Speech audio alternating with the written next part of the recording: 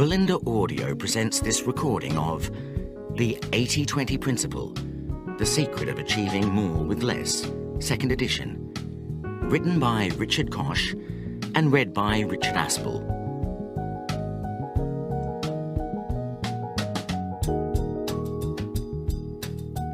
Praise for the 80-20 Principle.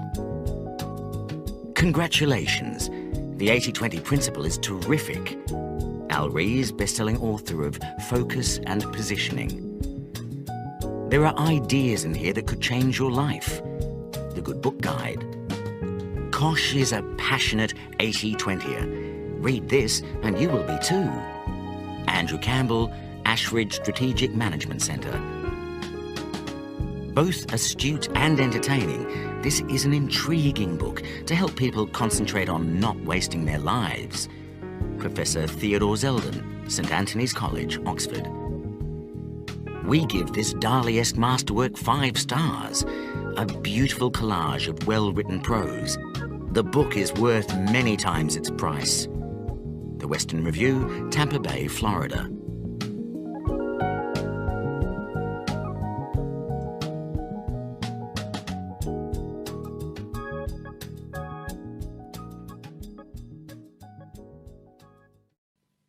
The 80-20 Principle. For a very long time, the Pareto law, the 80-20 Principle, has lumbered the economic scene like an erratic block on the landscape, an empirical law which nobody can explain. Joseph Steindl. God plays dice with the universe, but they're loaded dice, and the main objective is to find out by what rules they were loaded and how we can use them for our own ends. Joseph Ford. We cannot be certain to what height the human species may aspire. We may therefore safely acquiesce in the pleasing conclusion that every age of the world has increased, and still increases, the real wealth, the happiness, the knowledge, and perhaps the virtue of the human race. Edward Gibbon. Preface to the 2nd edition. I wrote this book in South Africa in 1996 and came to London in the so-called summer of 1997 to launch it. I remember traipsing from radio station to television station, usually to find that my slot had been pulled at the last minute. When I did get on the air, nobody seemed very interested in the findings of an obscure Italian economist in the dying years of the 19th century. "Ooh," one celebrity of the minute crooned on a talk show, "what are you doing here if you didn't come up with this idea yourself?" I would like to say that without missing a beat, I mentioned the influence of St. Paul and the Gospel writers in doing the heavy lifting for the ideas of one Jesus of Nazareth, who would otherwise have been unknown. I would like to say that, but in fact I was lost for words. I returned to Cape Town thoroughly dejected. And then, a minor miracle. The British publisher who had commissioned the work, a man well known for looking on the gloomy side, faxed me, remember faxes, to say that despite the PR fiasco, the book was selling very well. In fact, the book has sold more than 700,000 copies worldwide and been translated into 24 languages.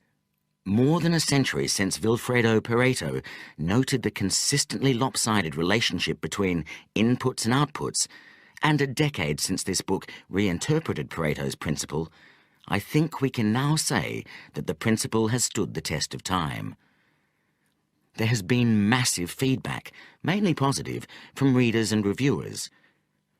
Throughout the world, a large number of individuals, perhaps hundreds of thousands, have found the principle useful at work and in their careers, and increasingly in the whole of their lives.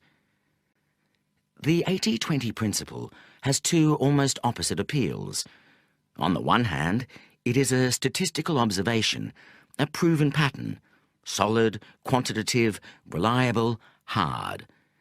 It pleases those who want to get more out of life, to get ahead of the crowd, to increase profits or decrease effort or costs in the pursuit of gain, to dramatically raise efficiency, defined as output divided by input. If we can spot the few cases where the results relative to effort are so much greater than usual, we can become so much more efficient in whatever task we want to accomplish. The principle allows us to enhance our achievement while escaping the tyranny of overwork. On the other hand, the principle has a totally different side. Soft, mystical, eerie, almost magic in the way that the same pattern of numbers crops up everywhere, and related not to efficiency at all, but to everything that makes our lives worthwhile. The sense that we are connected to each other and to the universe by a mysterious law, which we can tap into and which can change our lives, generates a sense of wonder and awe. Looking back, I think what was different about my book was that it extended the domain of the principle. It had previously been well known in the business arena to increase efficiency.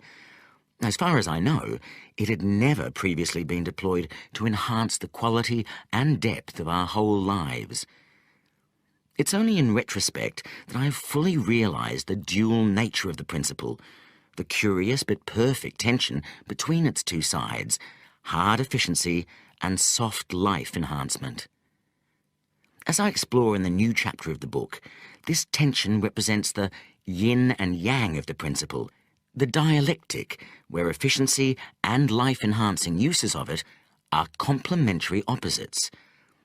Efficiency clears the space for life enhancement, while life enhancement requires us to be clear about the few things that are really important in our work, relationships, and all the other activities we do in our lives. Of course, not everyone accepted my reinterpretation of Pareto's principle. I was surprised at how controversial the book became. While it had its fierce supporters, and a huge number of quiet people who wrote to me saying the book had changed both their professional life and their life as a whole, there were many people who disliked the extension of the principle to the softer side of life, and said so with great clarity and eloquence. The opposition took me aback, but then I came to welcome the contrary voices. They have made me think about the principle more deeply, and, as I hope is demonstrated in the final chapter, reach a greater understanding of its dual nature. What is new about this edition? To start with, less is more. I have cut out the original final chapter, Progress Regained. This was a frankly unsuccessful attempt to apply the 80-20 principle to society and politics. Whereas every other part of the book generated both positive and negative comments, this chapter seems to have fallen entirely on stony ground. The only piece I have retained is the conclusion, which is an appeal to individuals to take action. I have replaced it with an entirely new chapter, the yin and yang of the principle. This covers the highlights generated by a decade of reviews, conversations, letters and emails, and amplifies and categorizes the best criticisms of the principle before giving my response. I believe this takes us to a new level of awareness and understanding of the power of the principle. It remains for me to thank everyone who has contributed to the great 80-20 debate. Long may it continue, and thank you all so much. I may have touched your lives, but you have certainly touched mine, and I am most grateful. Richard Koch. Richard Koch at btinternet.com. Estepona, Spain, February 2007. The 80-20 Rap. Did you know that there is an excellent 80-20 rap song, courtesy of the incomparable Wyatt Moe G. Jackson?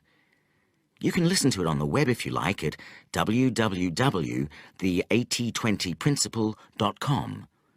It lasts 3 minutes, like a pop song should. Here are the lyrics, which are interspersed with me summing up the message of this book. Richard Koch is a businessman. He discovered a truth, yes, a master plan. Write a book about it, became a hit. It's not only cool, it's also legit. The 80-20 principle is the title. The lessons it teaches you are vital. Sit back and listen to this sound bite. By the time that you're finished, you'll see the light. The 80-20 principle, the key to success. The 80-20 principle, achieve more with less. The 80-20 principle, the key to success. The 80-20 principle, achieve more. So what is the 80-20 principle? The 80-20 principle asserts that a minority, a small number of causes, inputs or effort usually leads to a majority of the results, outputs or rewards. So most of the outputs result from a very small part of the causes or inputs. The 80-20 principle, the key to success. The 80-20 principle, achieve more with less. The 80-20 principle, the key to success. The 80-20 principle, achieve more. Taken literally, this means that, for example, 80% of what we achieve in our job comes from 20% of the time we spend. Thus, for all practical purposes, 4/5 of our effort, pretty much all of it really, is largely irrelevant, and this is contrary, of course, to what we normally expect. The 80-20 principle, the key to success. The 80-20 principle, achieve more with less. The 80-20 principle, the key to success. The 80-20 principle, achieve more. So the 80-20 principle states that there is an inbuilt imbalance between causes and results, inputs and outputs, efforts and rewards. A good benchmark for this imbalance is provided by the 80-20 relationship. A typical pattern will show that 80% of outputs result from 20% of inputs. 80% of consequences flow from 20% of causes, or 80% of results come from 20% of effort. In business, many examples of the 80-20 principle have been validated. 20% of products usually account for about 80% of dollar sales, so do 20% of customers. And 20% of products or customers also usually account for 80% of an organization's profits. The 80-20 principle, the key to success. The 80-20 principle, achieve more with less. The 80-20 principle, the key to success. The 80-20 principle, achieve more.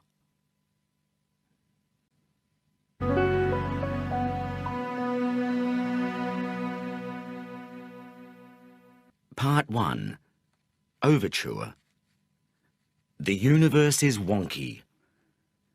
What is the 80-20 principle? The 80-20 principle tells us that in any population, some things are likely to be much more important than others.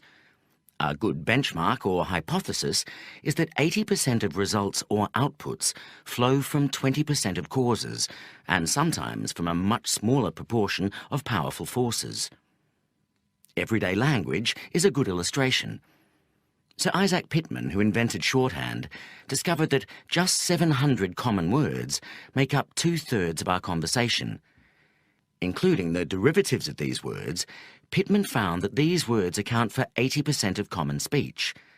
In this case, fewer than 1% of words, the new shorter Oxford English Dictionary lists over 500,000 words, are used 80% of the time. We could call this an 81 principle. Similarly, over 99% of talk uses fewer than 20% of words. We could call this a 99-20 relationship.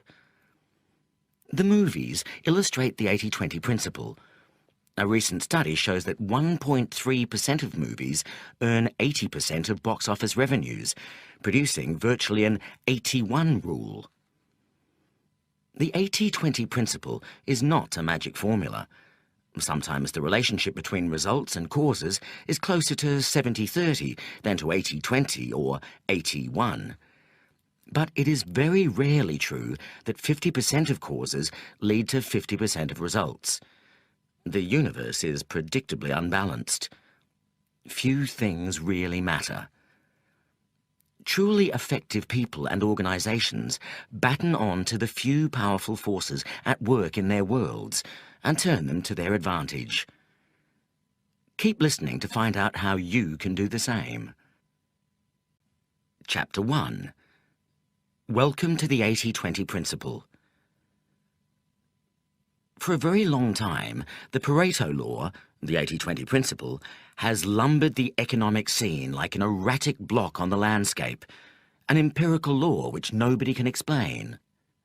Joseph Steindl. The 80-20 principle can and should be used by every intelligent person in their daily life, by every organisation, and by every social grouping and form of society. It can help individuals and groups achieve much more with much less effort. The 80-20 principle can raise personal effectiveness and happiness. It can multiply the profitability of corporations and the effectiveness of any organisation. It even holds the key to raising the quality and quantity of public services while cutting their cost.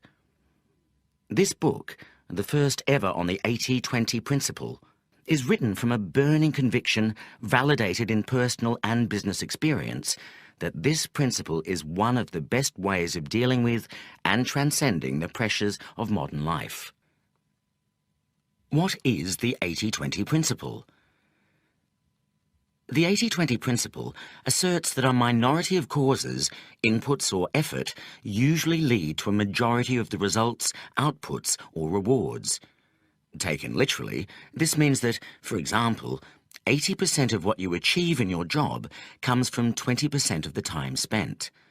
Thus, for all practical purposes, 4/5 of the effort, a dominant part of it, is largely irrelevant. This is contrary to what people normally expect. So, the 80-20 principle states that there is an inbuilt imbalance between causes and results, inputs and outputs, and effort and reward. A good benchmark for this imbalance is provided by the 80-20 relationship. A typical pattern will show that 80% of outputs result from 20% of inputs, that 80% of consequences flow from 20% of causes, or that 80% of results come from 20% of effort. In business, many examples of the 80-20 principle have been validated. 20% of products usually account for about 80% of dollar sales value. So do 20% of customers. 20% of products or customers usually also account for about 80% of an organization's profits. In society, 20% of criminals account for 80% of the value of all crime. 20% of motorists cause 80% of accidents. 20% of those who marry comprise 80% of the divorce statistics.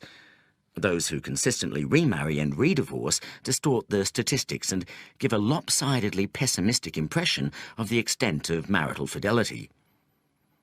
20% of children attain 80% of educational qualifications available. In the home, 20% of your carpets are likely to get 80% of the wear. 20% of your clothes will be worn 80% of the time. And if you have an intruder alarm, 80% of the false alarms will be set off by 20% of the possible causes. The internal combustion engine is a great tribute to the 80-20 principle.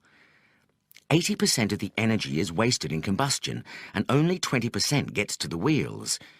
This 20% of the input generates 100% of the output. Pareto's discovery: systematic and predictable lack of balance. The pattern underlying the 80-20 principle was discovered in 1897, exactly 100 years ago, by Italian economist Vilfredo Pareto, 1848 to 1923. His discovery has since been called many names, including the Pareto Principle, the Pareto Law, the 80-20 Rule, the Principle of Least Effort, and the Principle of Imbalance. Throughout this book, we will call it the 80-20 Principle.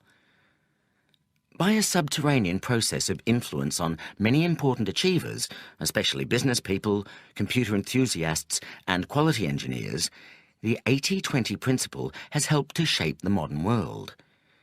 Yet it has remained one of the great secrets of our time, and even the select band of cognoscenti who know and use the 80-20 principle only exploit a tiny proportion of its power. So what did Vilfredo Pareto discover? He happened to be looking at patterns of wealth and income in 19th century England. He found that most income and wealth went to a minority of the people in his samples. Perhaps there was nothing very surprising in this, but he also discovered two other facts that he thought highly significant. One was that there was a consistent mathematical relationship between the proportion of people, as a percentage of the total relevant population, and the amount of income or wealth that this group enjoyed. To simplify, if 20% of the population enjoyed 80% of the wealth, then you could reliably predict that 10% would have, say, 65% of the wealth, and 5% would have 50%. The key point is not the percentages, but the fact that the distribution of wealth across the population was predictably unbalanced. Pareto's other finding, one that really excited him, was that this pattern of imbalance was repeated consistently whenever he looked at data referring to different time periods or different countries. Whether he looked at England in earlier times, or whatever data were available from other countries in his own time or earlier, he found the same pattern repeating itself over and over again with mathematical precision. Was this a freak coincidence, or something that had great importance for economics and society? Would it work if applied to sets of data relating to things other than wealth or income? Pareto was a terrific innovator because before him, no one had looked at two related sets of data. In this case, the distribution of incomes or wealth compared to the number of income earners or property owners, and compared percentages between the two sets of data. Nowadays, this method is commonplace and has led to major breakthroughs in business and economics. Sadly, although Pareto realized the importance and wide range of his discovery, he was very bad at explaining it. He moved on to a series of fascinating but rambling sociological theories, centering on the role of elites, which were hijacked at the end of his life by Mussolini's fascists. The significance of the 80-20 principle lay dormant for a generation. While a few economists, especially in the US, realized its importance, it was not until after the Second World War that two parallel yet completely different pioneers began to make waves with the 80-20 principle. 1949, Zipf's principle of least effort. One of these pioneers was the Harvard professor of philology, George K. Zipf. In 1949, Zipf discovered the principle of least effort, which was actually a rediscovery and elaboration of Pareto's principle. Zipf's principle said that resources, people, goods, time, skills, or anything else that is productive, tended to arrange themselves so as to minimize work, so that approximately 20 to 30% of any resource accounted for 70 to 80% of the activity related to that resource. Professor Zipf used population statistics, books, philology, and industrial behaviour to show the consistent recurrence of this unbalanced pattern. For example, he analysed all the Philadelphia marriage licences granted in 1931 in a 20-block area, demonstrating that 70% of the marriages occurred between people who lived within 30% of the distance. Incidentally, Zipf also provided a scientific justification for the messy desk by justifying clutter with another law. Frequency of use draws near to us things that are frequently used. Intelligent secretaries have long known that files in frequent use should not be filed. 1951. Duran's rule of the vital few and the rise of Japan. The other pioneer of the 80-20 principle was the great quality guru, Romanian-born US engineer Joseph Moses Duran, born 1904, the man behind the quality revolution of 1950 to 90. He made what he alternately called the Pareto Principle and the rule of the vital few virtually synonymous with the search for high product quality. In 1924, Duran joined Western Electric, the manufacturing division of Bell Telephone System, starting as a corporate industrial engineer and later setting up as one of the world's first quality consultants. His great idea was to use the 80-20 principle, together with other statistical methods, to root out quality faults and improve the reliability and value of industrial and consumer goods. Durand's path-breaking Quality Control Handbook was first published in 1951 and extolled the 80-20 principle in very broad terms. The economist Pareto found that wealth was non-uniformly distributed in the same way as Durand's observations about quality losses. Many other instances can be found: the distribution of crime amongst criminals, the distribution of accidents among hazardous processes, etc.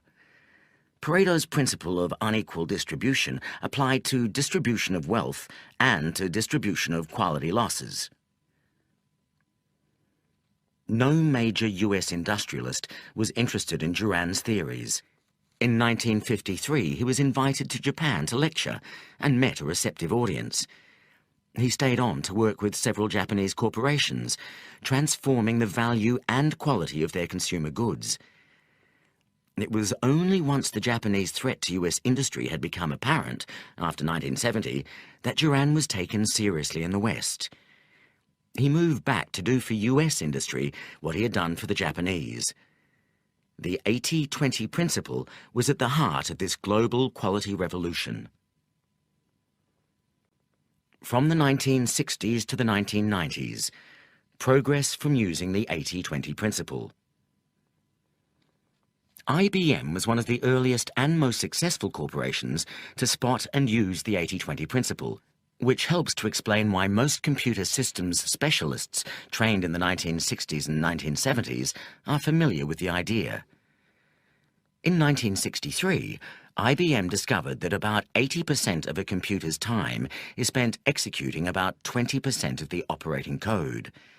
The company immediately rewrote its operating software to make the most used 20% very accessible and user-friendly, thus making IBM computers more efficient and faster than competitors' machines for the majority of applications.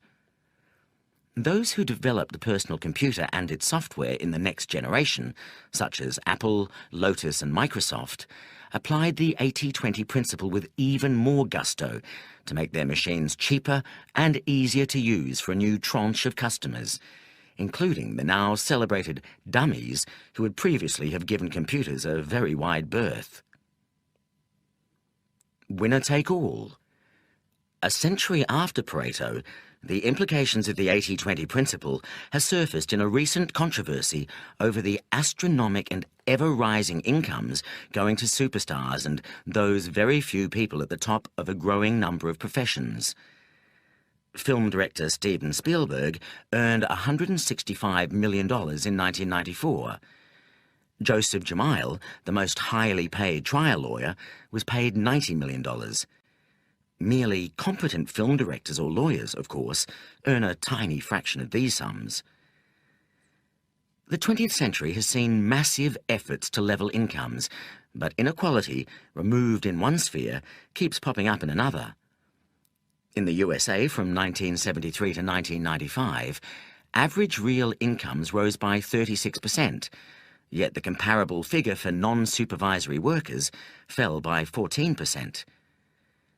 During the 1980s, all of the gains went to the top 20% of earners, and a mind-boggling 64% of the total increase went to the top 1%. The ownership of shares in the US is also heavily concentrated within a small minority of households. 5% of US households own about 75% of the household sector's equity. A similar effect may be seen in the role of the dollar. Almost 50% of world trade is invoiced in dollars, far above America's 13% share of world exports. And while the dollar's share of foreign exchange reserves is 64%, the ratio of American GDP to global output is just over 20%. The 80-20 principle will always reassert itself unless conscious, consistent, and massive efforts are made and sustained to overcome it. Why the 80-20 principle is so important. The reason that the 80-20 principle is so valuable is that it is counterintuitive. We tend to expect that all causes will have roughly the same significance, that all customers are equally valuable, that every bit of business, every product, and every dollar of sales revenue is as good as any other, that all employees in a particular category have roughly equivalent value, that each day or week or year we spend has the same significance, that all our friends have roughly equal value to us, that all inquiries or phone calls should be treated in the same way, that one university is as good as another, that all problems have a large number of causes, so that it is not worth isolating a few key causes, that all opportunities are of roughly equal value, so that we treat them all equally. We tend to assume that 50% of causes or inputs will account for 50% of results or outputs. There seems to be a natural, almost democratic expectation that causes and results are generally equally balanced. And, of course, sometimes they are. But this 50-50 fallacy is one of the most inaccurate and harmful, as well as the most deeply rooted, of our mental maps. The 80-20 principle asserts that when two sets of data relating to causes and results can be examined and analysed, the most likely result is that there will be a pattern of imbalance.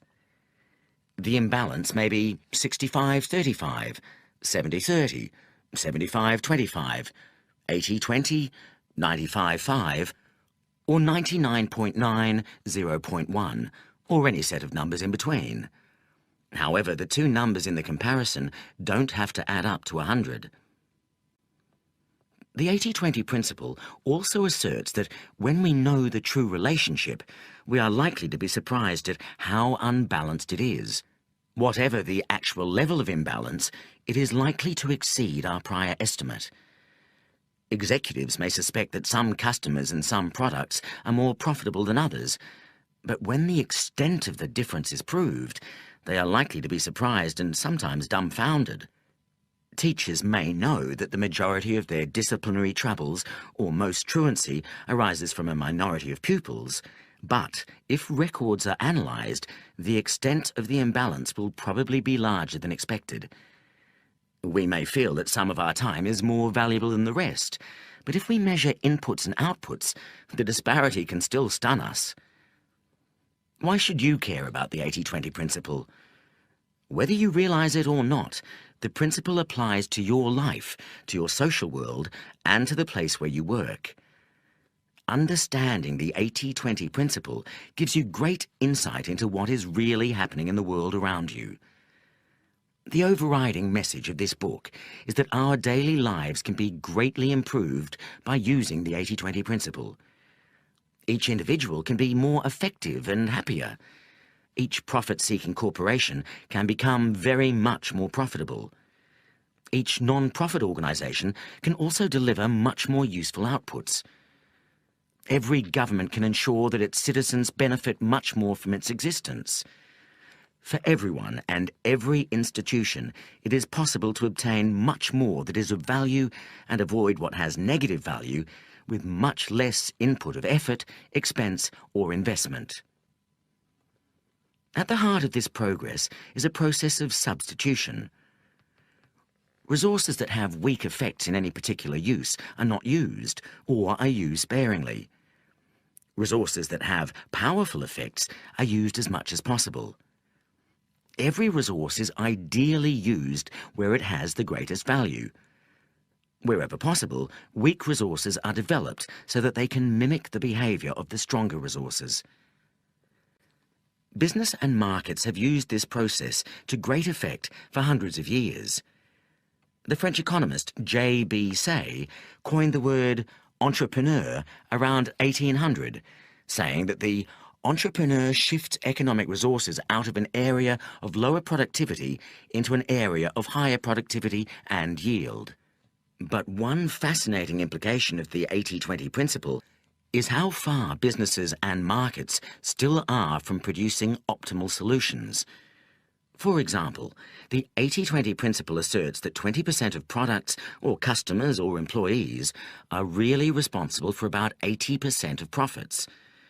If this is true, and detailed investigations usually confirm that some such very unbalanced pattern exists, the state of affairs implied is very far from being efficient or optimal. The implication is that 80% of products, or customers or employees, are only contributing 20% of profits, that there is great waste, that the most powerful resources of the company are being held back by a majority of much less effective resources, that profits could be multiplied if more of the best sort of products could be sold, employees hired or customers attracted, or convinced to buy more from the firm. In this kind of situation, one might well ask, why continue to make the 80% of products that only generate 20% of profits? Companies rarely ask these questions, perhaps because to answer them would mean very radical action. To stop doing 4/5 of what you are doing is not a trivial change. What J.B. Say called the work of entrepreneurs, modern financiers call arbitrage. International financial markets are very quick to correct anomalies in valuation, for example, between exchange rates. But business organizations and individuals are generally very poor at this sort of entrepreneurship or arbitrage, at shifting resources from where they have weak results to where they have powerful results, or at cutting off low-value resources and buying more high-value resources. Most of the time, we do not realize the extent to which some resources, but only a small minority, are superproductive, what Joseph Juran called the vital few, while the majority, the trivial many, exhibit little productivity or else actually have negative value. If we did realize the difference between the vital few and the trivial many in all aspects of our lives, and if we did something about it, we could multiply anything that we valued. The 80-20 principle and chaos theory. Probability theory tells us that it is virtually impossible for all the applications of the 80-20 principle to occur randomly, as a freak of chance. We can only explain the principle by positing some deeper meaning or cause that lurks behind it. Pareto himself grappled with this issue, trying to apply a consistent methodology to the study of society. He searched for theories that picture facts of experience and observation, for regular patterns, social laws, or uniformities that explain the behavior of individuals and society. Pareto's sociology failed to find a persuasive key. He died long before the emergence of chaos theory, which has great parallels with the 80-20 principle and helps to explain it. The last third of the 20th century saw a revolution in the way that scientists think about the universe, overturning the prevailing wisdom for the past 350 years. That prevailing wisdom was a machine-based and rational view, which itself was a great advance on the mystical and random view of the world which was held in the Middle Ages. The machine-based view converted God from being an irrational and unpredictable force into a more user-friendly clockmaker engineer. The view of the world held from the 17th century, and still prevalent today, except in advanced scientific circles, was immensely comforting and useful. All phenomena were reduced to regular, predictable, linear relationships. For example, A causes B, B causes C, and A plus C cause D. This worldview enabled any individual part of the universe, the operation of the human heart, for example, or of any individual market, to be analysed separately, because the whole was the sum of the parts, and vice versa. But in the 21st century, it seems much more accurate to view the world as an evolving organism, where the whole system is more than the sum of its parts, and where relationships between the parts are non-linear. Causes are difficult to pin down. There are complex interdependencies between causes, and causes and effects are blurred. The snag with linear thinking is that it doesn't always work. It is an oversimplification of reality. Equilibrium is illusory or fleeting. The universe is wonky. Yet chaos theory, despite its name, does not say that everything is a hopeless and incomprehensible mess. Rather, there is a self-organizing logic lurking behind the disorder, a predictable non-linearity, something which economist Paul Krugman has called spooky, eerie, and terrifyingly exact. The logic is more difficult to describe than to detect, and is not totally dissimilar to the recurrence of a theme in a piece of music. Certain characteristic patterns recur, but with infinite and unpredictable variety. Chaos theory and the 80-20 principle illuminate each other. What have chaos theory and related scientific concepts got to do with the 80-20 principle? Although no one else appears to have made the link, I think the answer is a great deal. The principle of imbalance. The common thread between chaos theory and the 80-20 principle is the issue of balance, or more precisely, imbalance. Both chaos theory and the 80-20 principle assert, with a great deal of empirical backing, that the universe is unbalanced. They both say that the world is not linear. Cause and effect are rarely linked in an equal way. Both also place great store by self-organization. Some forces are always more forceful than others and will try to grab more than their fair share of resources. Chaos theory helps to explain why and how this imbalance happens by tracing a number of developments over time. The universe is not a straight line. The 80-20 principle, like chaos theory, is based around the idea of non-linearity. A great deal of what happens is unimportant and can be disregarded. Yet there are always a few forces that have an influence way beyond their numbers. These are the forces that must be identified and watched. If they are forces for good, we should multiply them. If they are forces we don't like, we need to think very carefully about how to neutralize them. The 80-20 principle supplies a very powerful empirical test of non-linearity in any system. We can ask, do 20% of causes lead to 80% of results? Is 80% of any phenomenon associated with only 20% of a related phenomenon?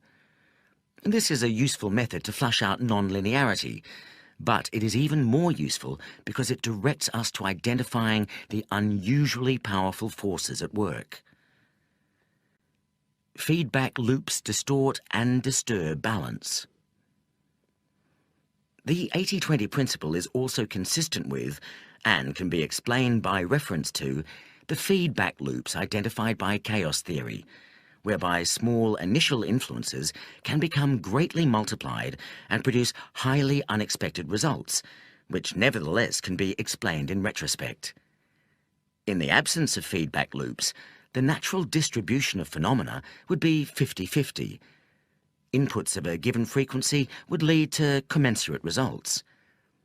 It is only because of positive and negative feedback loops that causes do not have equal results. Yet, it also seems to be true that powerful positive feedback loops only affect a small minority of the inputs. This helps to explain why those small minority of inputs can exert so much influence. We can see positive feedback loops operating in many areas, explaining how it is that we typically end up with 80-20 rather than 50-50 relationships between populations. For example, the rich get richer, not just or mainly because of superior abilities, but because riches beget riches. A similar phenomenon exists with goldfish in a pond. Even if you start with goldfish almost exactly the same size, those that are slightly bigger become very much bigger, because even with only slight initial advantages in stronger propulsion and larger mouths, they are able to capture and gobble up disproportionate amounts of food. The tipping point.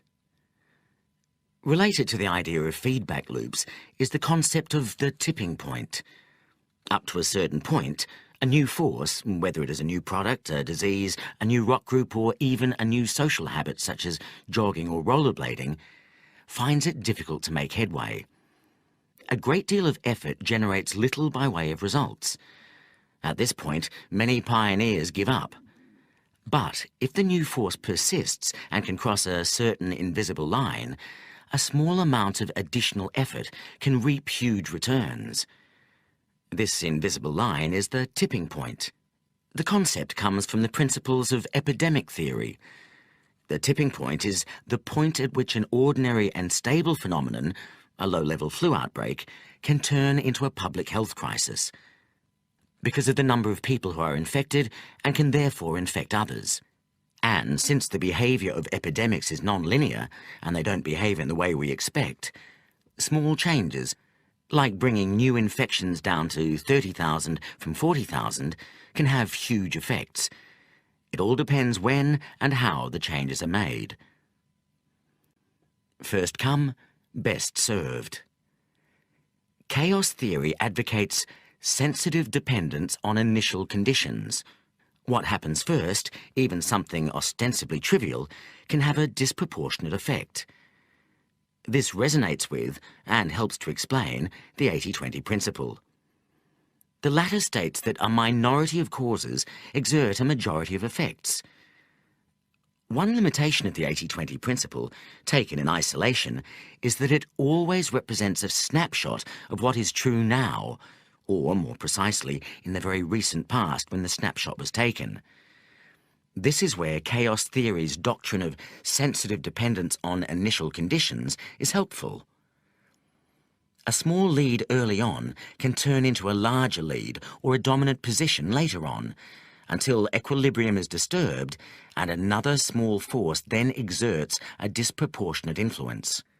A firm that, in the early stages of a market, provides a product that is 10% better than its rivals may end up with 100 or 200% greater market share, even if the rivals later provide a better product. In the early days of motoring, if 51% of drivers or countries decide to drive on the right rather than the left of the road, this will tend to become the norm for nearly 100% of road users. In the early days of using a circular clock, if 51% of clocks go what we now call clockwise rather than counterclockwise, this convention will become dominant, although clocks could just as logically have moved to the left. In fact, the clock over Florence Cathedral moves counterclockwise and shows 24 hours. Soon after 1442, when the cathedral was built, the authorities and clockmakers standardised on a 12-hour clockwise clock because the majority of clocks had those features. Yet, if 51% of clocks had ever been like the clock over Florence Cathedral, we would now be reading a 24-hour clock backwards. These observations regarding sensitive dependence on initial conditions do not exactly illustrate the 80-20 principle. The examples given involve change over time, whereas the 80-20 principle involves a static breakdown of causes at any one time. Yet there is an important link between the two. Both phenomena help to show how the universe abhors balance. In the former case, we see a natural flight away from a 50-50 split of competing phenomena. A 51-49 split is inherently unstable and tends to gravitate towards a 95-5, 99-1, or even 100-0 split. Equality ends in dominance. That is one of the messages of chaos theory. The 80-20 principle's message is different yet complementary. It tells us that, at any one point, a majority of any phenomenon will be explained or caused by a minority of the actors participating in the phenomenon. 80% of the results come from 20% of the causes. A few things are important, most are not. The 80-20 principle sorts good movies from bad. One of the most dramatic examples of the 80-20 principle at work is with movies. Two economists made a study of the revenues and lifespans of 300 movies released over an 18-month period. They found that 4 movies, just 1.3% of the total, earned 80% of box office revenues. The other 296 movies, or 98.7%, earned only 20% of the gross.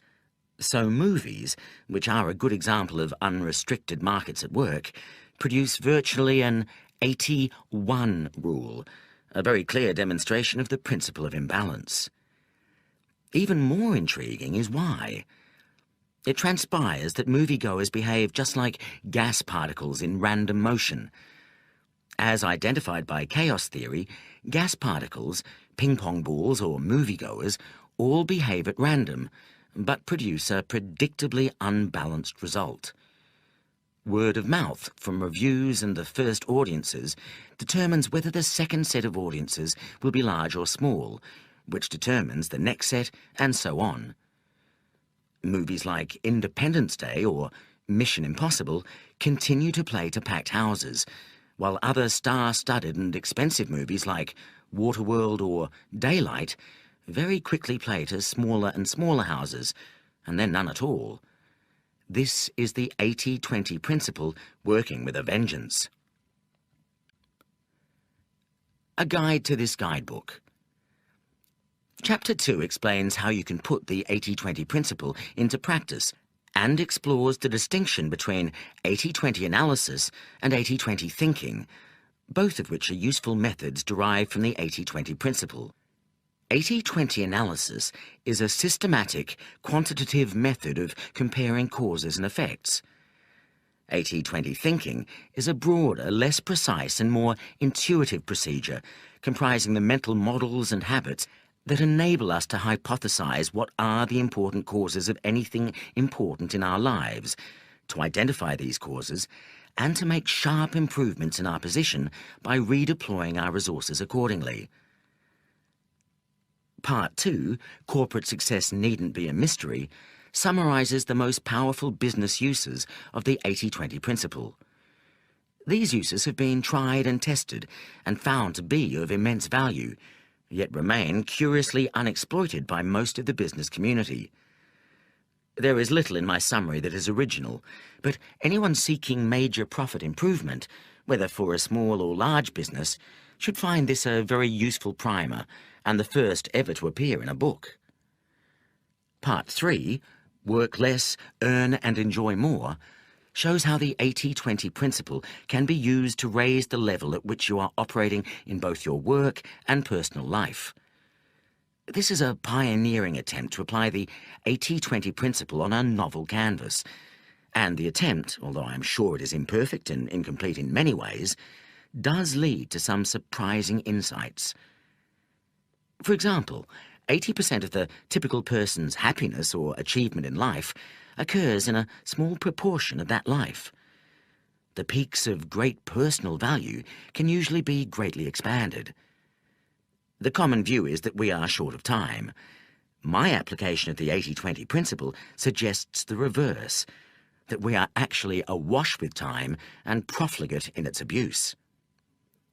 Part 4, Fresh Insights, the principle revisited, considers feedback I have received and how my thinking on the 80-20 principle has developed since the first edition of this book. Why the 80-20 principle brings good news. I want to end this introduction on a personal rather than a procedural note. I believe that the 80-20 principle is enormously hopeful. Certainly, the principle brings home what may be evident anyway, that there is a tragic amount of waste everywhere in the way that nature operates, in business, in society, and in our own lives. If the typical pattern is for 80% of results to come from 20% of inputs, it is necessarily typical, too, that 80%, the great majority of inputs, are having only a marginal 20% impact. The paradox is that such waste can be wonderful news if we can use the 80-20 principle creatively, not just to identify and castigate low productivity, but to do something positive about it. There is enormous scope for improvement by rearranging and redirecting both nature and our own lives. Improving on nature, refusing to accept the status quo, is the root of all progress, evolutionary, scientific, social, and personal. George Bernard Shaw put it well. The reasonable man adapts himself to the world. The unreasonable one persists in trying to adapt the world to himself. Therefore, all progress depends on the unreasonable man. The implication of the 80-20 principle is that output can be not just increased, but multiplied if we can make the low productivity inputs nearly as productive as the high productivity inputs. Successful experiments with the 80-20 principle in the business arena suggest that with creativity and determination, this leap in value can usually be made. There are two routes to achieving this. One is to reallocate the resources from unproductive to productive uses, the secret of all entrepreneurs down the ages. Find a round hole for a round peg, a square hole for a square peg, and a perfect fit for any shape in between. Experience suggests that every resource has its ideal arena, where the resource can be tens or hundreds of times more effective than in most other arenas. The other route to progress, the method of scientists, doctors, preachers, computer systems designers, educationalists, and trainers, is to find ways to make the unproductive resources more effective, even in their existing applications. To make the weak resources behave as though they were their more productive cousins. To mimic, if necessary by intricate rote learning procedures, the highly productive resources. The few things that work fantastically well should be identified, cultivated, nurtured, and multiplied. At the same time, the waste, the majority of things that will always prove to be of low value to man and beast, should be abandoned or severely cut back. As I've been writing this book and observed thousands of examples of the 80-20 principle, I have had my faith reinforced. Faith in progress, in great leaps forward, and in mankind's ability, individually and collectively, to improve the hand that nature has dealt. Joseph Ford comments, "God plays dice with the universe, but they're loaded dice, and the main objective is to find out by what rules they were loaded and how we can use them for our own ends." The 80-20 principle can help us achieve precisely that. Chapter 2. How to Think 80-20.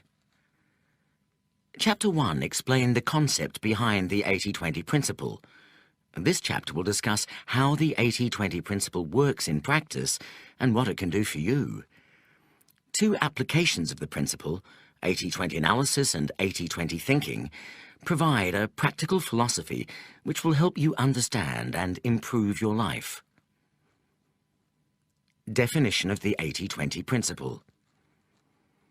The 80-20 principle states that there is an inbuilt imbalance between causes and results, inputs and outputs, and effort and reward.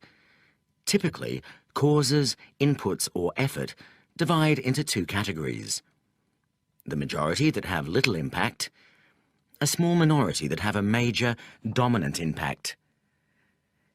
Typically also, results, outputs, or rewards are derived from a small proportion of the causes, inputs, or effort aimed at producing the results, outputs, or rewards.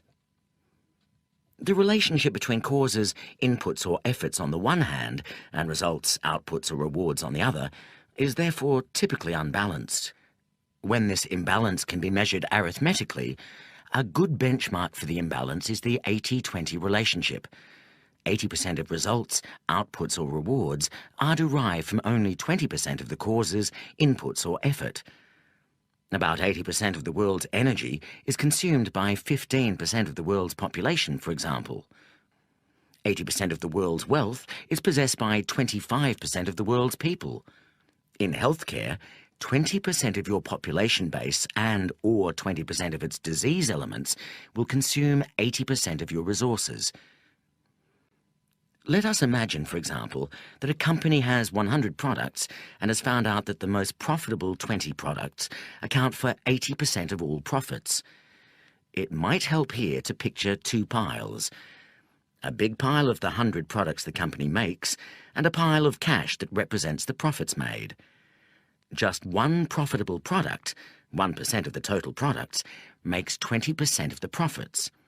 So, if you pull that particular widget out of the pile of products, you have to match it with the 20% of the money from the cash pile. If we continue counting the next most profitable product, and the next, until we have the profits from the top 20 products, we end up with two pairs of piles. The first pair has one small pile of the top 20 products and one big pile of cash representing 80% of the profits. The second pair is the flip side of this. There's a big pile, which is the company's other 80 products, and a small pile of cash to represent the profit they make, which is just 20% of total profits. The 80-20 numbers are only a benchmark, and the real relationship may be more or less unbalanced than 80-20. The 80-20 principle asserts, however, that in most cases the relationship is much more likely to be closer to 80-20 than to 50-50. If all of the products in our example made the same profit, then the relationship would be shown as corresponding piles of cash and products of equal size. The curious but crucial point is that when such investigations are conducted, imbalance is much more common than balance. Of course, the exact relationship may not be 80-20. 80-20 is both a convenient metaphor and a useful hypothesis, but it is not the only pattern. Sometimes 80% of the profits come from 30% of the products. Sometimes 80% of the profits come from 15% or even 10% of the products. The numbers compared do not have to add up to 100, but the picture usually looks unbalanced.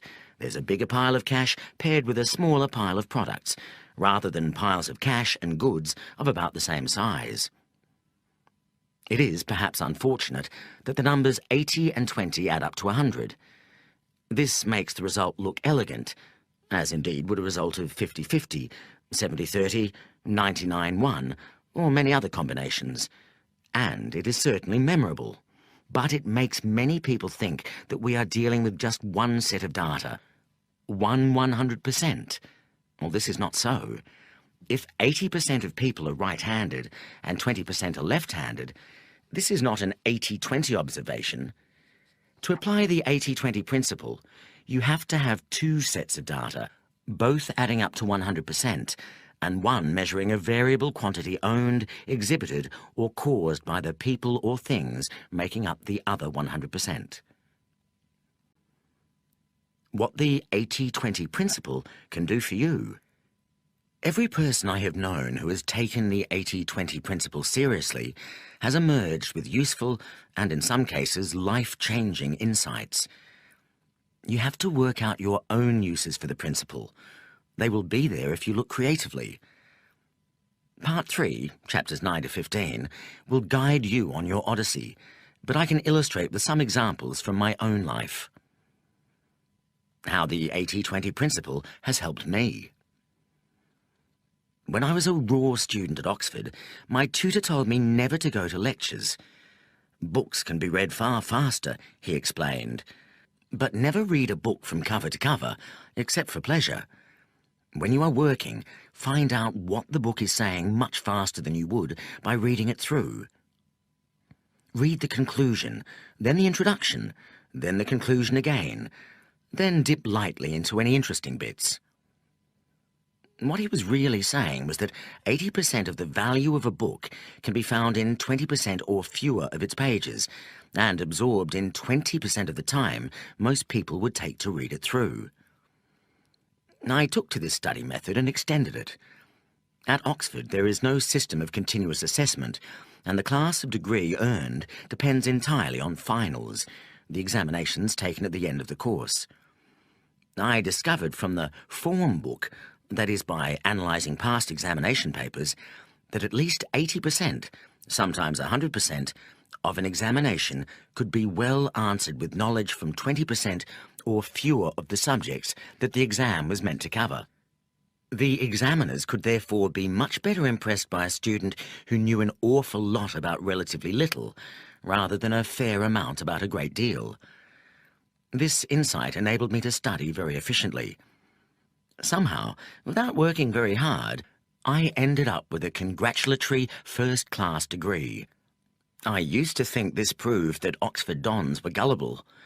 I now prefer to think, perhaps improbably, that they were teaching us how the world worked. I went to work for Shell, serving my time at a dreadful oil refinery. This may have been very good for my soul, but I rapidly realized that the best-paying jobs for young and inexperienced people such as I lay in management consultancy. So I went to Philadelphia and picked up an effortless MBA from Wharton, scorning the boot camp-style so-called learning experience from Harvard. I joined a leading US consultancy that, on day one, paid me 4 times what Shell had paid me when I left. No doubt 80% of the money to be had by people of my tender age was concentrated in 20% of the jobs. Since there were too many colleagues in the consultancy who were smarter than me, I moved to another US strategy boutique. I identified it because it was growing faster than the firm I had joined, yet had a much smaller proportion of really smart people. Who you work for is more important than what you do. Here I stumbled across many paradoxes of the 80-20 principle. 80% of the growth in the strategy consultancy industry, then as now growing like gangbusters, was being appropriated by firms that then had, in total, fewer than 20% of the industry's professional staff. 80% of rapid promotions were also available in just a handful of firms. Believe me, talent had very little to do with it. When I left the first strategy firm and joined the second, I raised the average level of intelligence in both. Yet the puzzling thing was that my new colleagues were more effective than my old ones. Why? They didn't work any harder, but they followed the 80-20 principle in 2 key ways. First, they realized that for most firms, 80% of profits come from 20% of clients. In the consulting industry, that means 2 things: large clients and long-term clients. Large clients give large assignments, which means you can use a higher proportion of lower-cost younger consultants. Long-term client relationships create trust and raise the cost to the client of switching to another consulting firm. Long-term clients tend not to be price-sensitive. In most consulting firms, the real excitement comes from winning new clients. In my new firm, the real heroes were those who worked on the largest existing clients for the longest possible time. And they did this by cultivating the top bosses of those client corporations.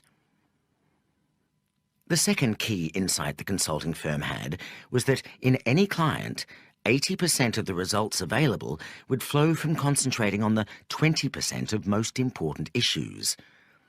These were not necessarily the most interesting ones from a curious consultant's viewpoint, but whereas our competitors would look superficially at a whole range of issues and then leave them for the client to act or not on the recommendations, we kept plugging away at the most important issues until we had bludgeoned the client into successful action. The client's profits often soared as a result, as did our consulting budgets. Are you working to make others rich, or is it the reverse? I soon became convinced that, for both consultants and their clients, effort and reward were at best only loosely linked. It was better to be in the right place than to be smart and work hard. It was best to be cunning and focus on results rather than inputs. Acting on a few key insights produced the goods. Being intelligent and hard-working did not. Sadly, for many years, guilt and conformity to peer group pressure kept me from fully acting on this lesson. I worked far too hard. By this time, the consulting firm had several hundred professional staff, and about 30 people, including myself, who were called partners. But 80% of the profits went to one man, the founder, even though numerically he constituted less than 4% of the partnership and a fraction of 1% of the consulting force. Instead of continuing to enrich the founder, 2 other junior partners and I spun off to set up our own firm, doing exactly the same thing. We, in turn, grew to have hundreds of consultants. Before long, although the 3 of us, on any measure, did less than 20% of the firm's valuable work, we enjoyed over 80% of the profits. This, too, caused me guilt. After 6 years, I quit, selling my shares to the other partners. At this time, we had doubled our revenues and profits every year, and I was able to secure a good price for my shares. Shortly after, the recession of 1990 hit the consulting industry. Although I will counsel you later to give up guilt, I was lucky with my guilt. Even those who follow the 80-20 principle need a bit of luck, and I have always enjoyed far more than my share.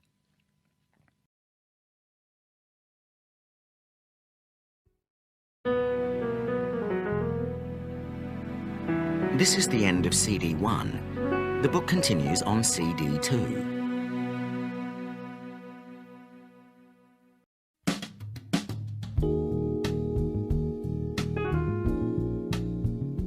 CD 2.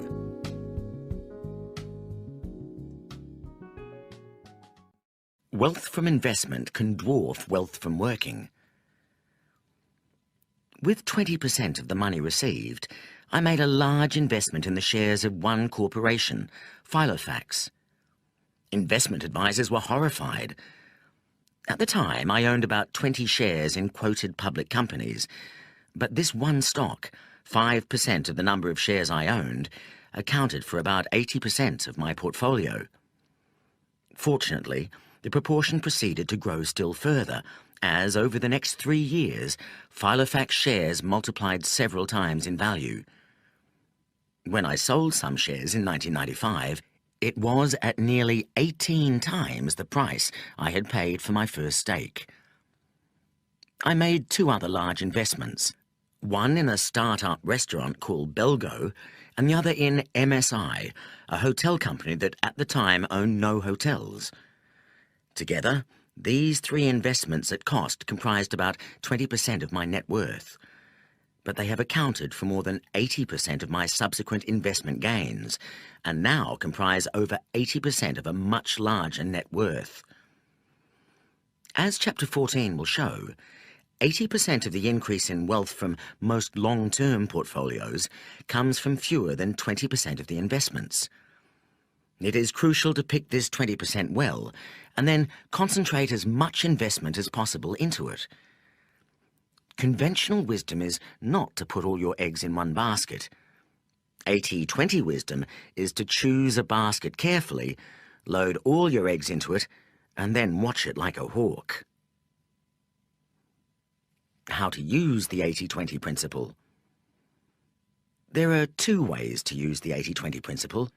Traditionally, the 80-20 principle has required 80-20 analysis, a quantitative method to establish the precise relationship between causes, input, effort, and results, outputs, rewards.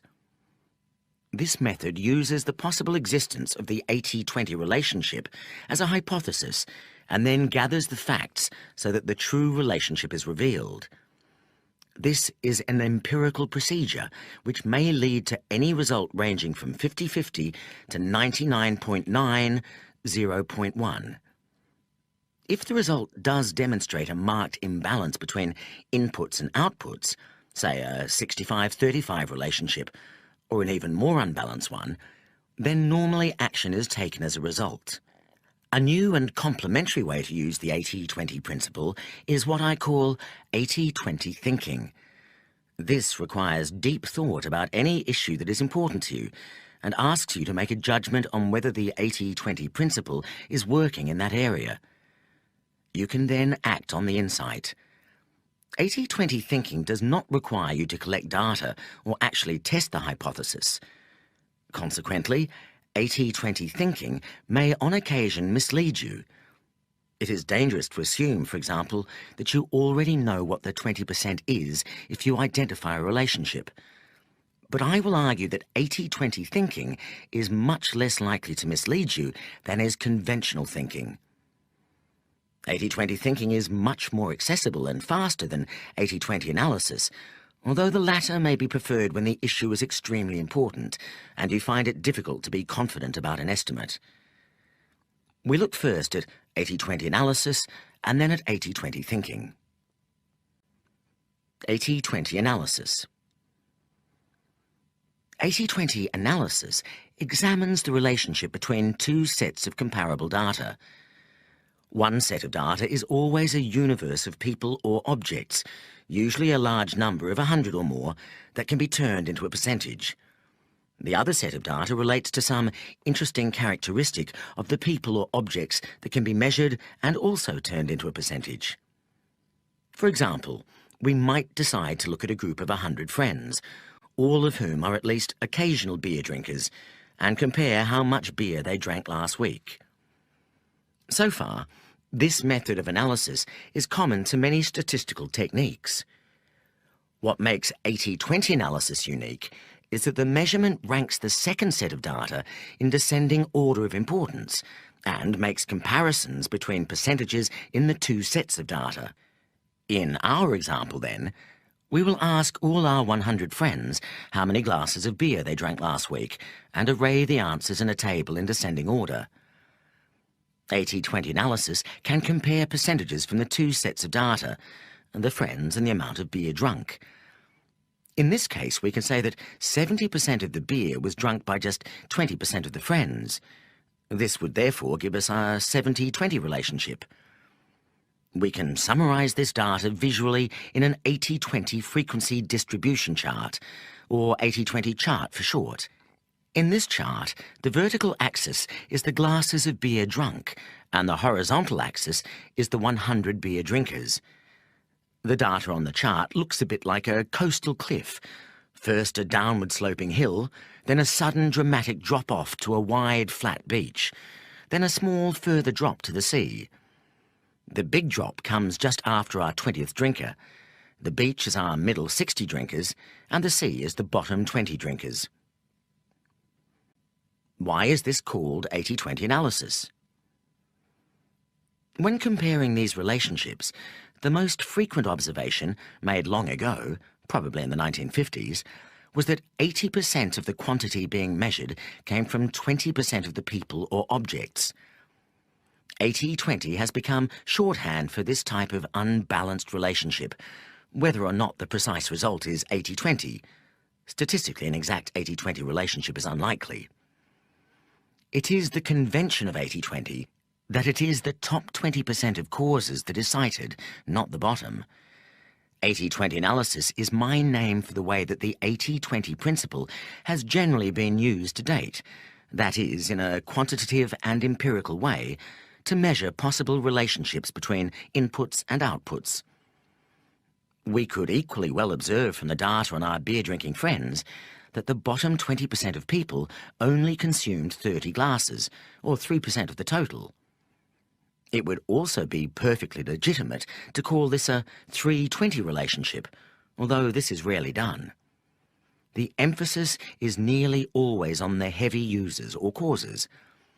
If a brewery was conducting a promotion or wanted to find out what beer drinkers thought about their range of beers, it would be most useful to go to the top 20. We might also want to know what percentage of our friends combine to account for 80% of total beer consumption. In this case, inspection would show that Mike G, the 28th biggest drinker with 10 glasses, took the cumulative total to 800 glasses. We could express this relationship, therefore, as 80-28. 80% of total beer was drunk by just 28% of our friends. It should be clear from this example that 80-20 analysis may result in any set of findings. Clearly, individual findings are more interesting and potentially more useful where there is an imbalance. If, for example, we have found that all of our friends had drunk exactly 8 glasses each, the brewery would not have been very interested in using our group for promotion or research. In this case, we would have had a 20-20 relationship. 20% of beer was drunk by the top 20% of friends, or an 80-80 relationship. 80% of beer was drunk by 80% of friends.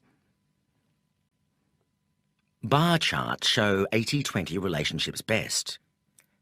An 80-20 analysis is best displayed pictorially by looking at 2 bars, which is particularly appropriate for our example. Our earlier examples with the piles of products and profits can also be represented by bar charts. Imagine 2 vertical bars side by side, like 2 tall windows.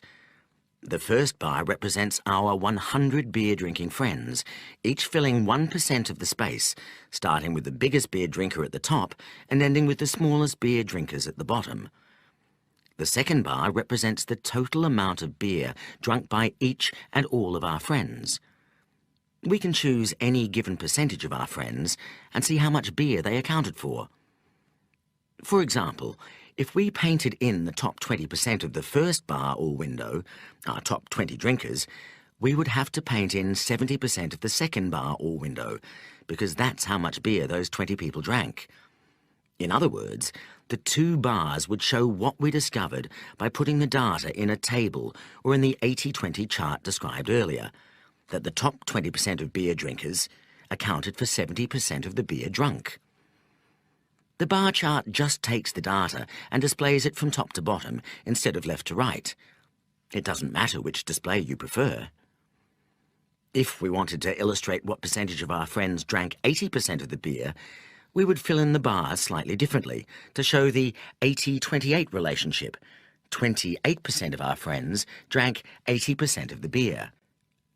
What is 80-20 analysis used for? Generally, to change the relationship it describes or to make better use of it. One use is to concentrate on the key causes of the relationship, the 20% of inputs that lead to 80%, or whatever the precise number is, of the outputs. If the top 20% of beer drinkers account for 70% of beer consumed, this is a group that a brewery should concentrate on reaching in order to attract as high a share as possible of the business from the 20%, and possibly also to increase their beer consumption still further. For all practical purposes, the brewery may decide to ignore the 80% of beer drinkers who only consume 30% of the beer. This simplifies the task immensely. Similarly, a firm that finds that 80% of its profits come from 20% of its customers should use this information to concentrate on keeping that 20% happy and increasing the business carried out with them. This is much easier, as well as more rewarding, than paying equal attention to the whole customer group. Or, if the firm finds that 80% of its profits come from 20% of its products, it should put most of its efforts behind selling more of those products. The same idea applies to non-business applications of 80-20 analysis. If you analysed the enjoyment you derive from all your leisure activities and found that 80% of the enjoyment derived from 20% of the activities, which currently took only 20% of your leisure time, it would make sense to increase the time allocation from 20 to at least 80%. Take transport as another example. 80% of traffic jams occur on 20% of roads. If you drive on the same route to work each day, you will know that roughly 80% of delays usually occur at 20% of the intersections. A sensible reaction would be for traffic authorities to pay particular attention to traffic phasing on those 20% of jam-creating intersections. While the expense of such phasing might be too much for 100% of junctions, 100% of the time, it would be money well spent in the key 20% of locations for 20% of the day. The second main use of 80-20 analysis is to do something about the underperforming 80% of inputs that contribute only 20% of the output. Perhaps the occasional beer drinkers can be persuaded to drink more, for example by providing a blander product. Perhaps you could work out ways to get greater enjoyment out of the underperforming leisure activities. In education, interactive teaching systems now replicate the technique used by college professors where questions are addressed randomly to any student in order to combat the 80-20 rule, where 80% of classroom participation comes from 20% of the trainees. In US shopping malls, it has been found that women, some 50% of the population, account for 70% of the dollar value of all purchases. One way to increase the 30% of sales to men might be to build stores specifically designed for them. Although this second application of 80-20 analysis is sometimes very useful and has been put to great effect in industry in improving the productivity of underperforming factories, it is generally harder work and less rewarding than the first use. Don't apply 80-20 analysis in a linear way. In discussing the uses of 80-20 analysis, we must also briefly address its potential abuses. Like any simple and effective tool, 80-20 analysis can also be misunderstood, misapplied, and, instead of being the means to an unusual insight, serve as the justification for conventional thuggery. 80-20 analysis, applied inappropriately and in a linear way, can also lead the innocent astray. You need constantly to be vigilant against false logic. Let me illustrate this with an example from the book trade. It is easy to demonstrate that in most times and places, about 20% of book titles comprise about 80% of books sold. For those who are steeped in the 80-20 principle, this is not surprising. It might seem a short hop to the conclusion that bookshops should cut the range of books they stock, or, indeed, that they should concentrate largely or exclusively on bestsellers. Yet, what is interesting is that in most cases, instead of sending profits up, restricting range has sent profits down. This does not invalidate the 80-20 principle for two reasons. The key consideration is not the distribution of books sold, but what customers want. If customers go to the trouble of visiting a bookstore, they want to find a reasonable range of books, as opposed to a kiosk or supermarket where they don't expect range. Bookstores should concentrate on the 20% of customers who account for 80% of their profits and find out what those 20% of customers want. The other reason is that what matters even when considering books, as opposed to customers, is not the distribution of sales, the 20% of books that represent 80% of sales, but the distribution of profits, the 20% of titles that generate 80% of profits. Very often, these are not the so-called bestsellers, books written by well-known authors. In fact, a study in the US revealed that bestsellers represent about 5% of total sales. The true bestsellers are often those books that never make it into the charts, but sell a reliable quantity year in and year out, often at high margins. As the same US research comments, core inventory represents those books that sell season in and season out. They are the 80 in the 80-20 rule, often accounting for the lion's share of sales in a particular subject. This illustration is salutary. It does not invalidate 80-20 analysis at all, since the key questions should always be which customers and products generate 80% of profits. But it does show the danger of not thinking clearly enough about how the analysis is applied. When using the 80-20 principle, be selective and be contrarian. Don't be seduced into thinking that the variable that everyone else is looking at, in this case the books on the latest bestseller list, is what really matters. This is linear thinking. The most valuable insight from 80-20 analysis will always come from examining non-linear relationships that others are neglecting.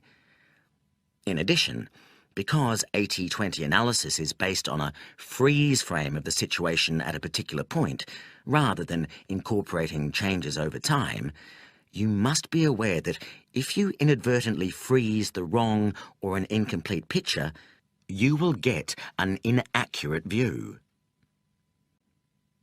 80-20 thinking and why it is necessary. 80-20 analysis is extremely useful, but most people are not natural analysts, and even analysts cannot stop to investigate the data every time they have to make a decision. It would bring life to a shuddering halt. Most important decisions have never been made by analysis and never will be, however clever our computers become. Therefore, if we want the 80-20 principle to be a guide in our daily lives, We need something less analytical and more instantly available than 80-20 analysis. We need 80-20 thinking. 80-20 thinking is my phrase for the application of the 80-20 principle to daily life, for non-quantitative applications of the principle. As with 80-20 analysis, we start with a hypothesis about a possible imbalance between inputs and outputs, but instead of collecting data and analysing them, we estimate them. 80-20 thinking requires, and with practice enables, us to spot the few really important things that are happening and ignore the mass of unimportant things. It teaches us to see the wood for the trees. 80-20 thinking is too valuable to be confined to causes where data and analysis are perfect. For every ounce of insight generated quantitatively, there must be many pounds of insight arrived at intuitively and impressionistically. This is why 80-20 thinking, although helped by data, must not be constrained by it. To engage in 80-20 thinking, we must constantly ask ourselves, what is the 20% that is leading to 80%? We must never assume that we automatically know what the answer is, but take some time to think creatively about it. What are the vital few inputs or causes as opposed to the trivial many? Where is the haunting melody being drowned by the background noise? 80-20 thinking is then used in the same way as the results from 80-20 analysis, to change behaviour and, normally, to concentrate on the most important 20%. You know that 80-20 thinking is working when it multiplies effectiveness. Action resulting from 80-20 thinking should lead us to get much more from much less. When we are using the 80-20 principle, we do not assume that its results are good or bad, or that the powerful forces we observe are necessarily good. We decide whether they are good from our own perspective, and either determine to give the minority of powerful forces a further shove in the right direction, or work out how to frustrate their operation. The 80-20 principle turns conventional wisdom upside down. Application of the 80-20 principle implies that we should do the following. Celebrate exceptional productivity rather than raise average efforts. Look for the shortcut rather than run the full course. Exercise control over our lives with the least possible effort. Be selective, not exhaustive. Strive for excellence in few things rather than good performance in many. Delegate or outsource as much as possible in our daily lives, and be encouraged rather than penalised by tax systems to do this. Use gardeners, car mechanics, decorators and other specialists to the maximum, instead of doing the work ourselves. Choose our careers and employers with extraordinary care, and if possible employ others rather than being employed ourselves.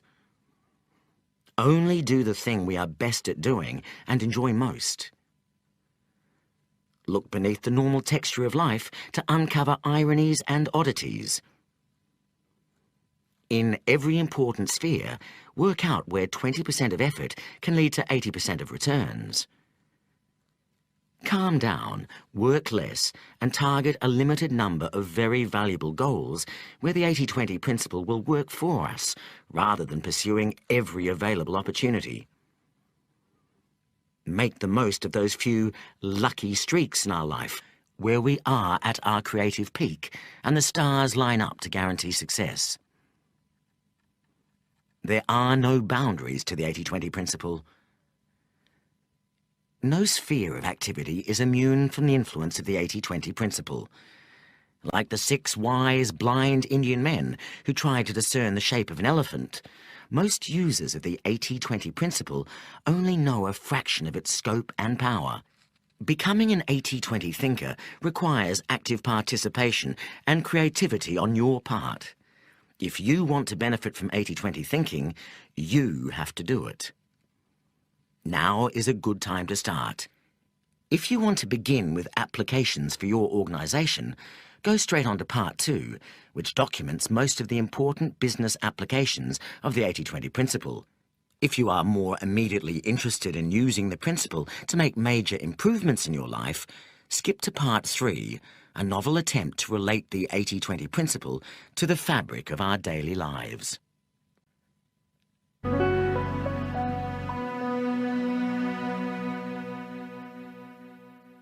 Part 2. Corporate success needn't be a mystery. Chapter 3. The Underground Cult.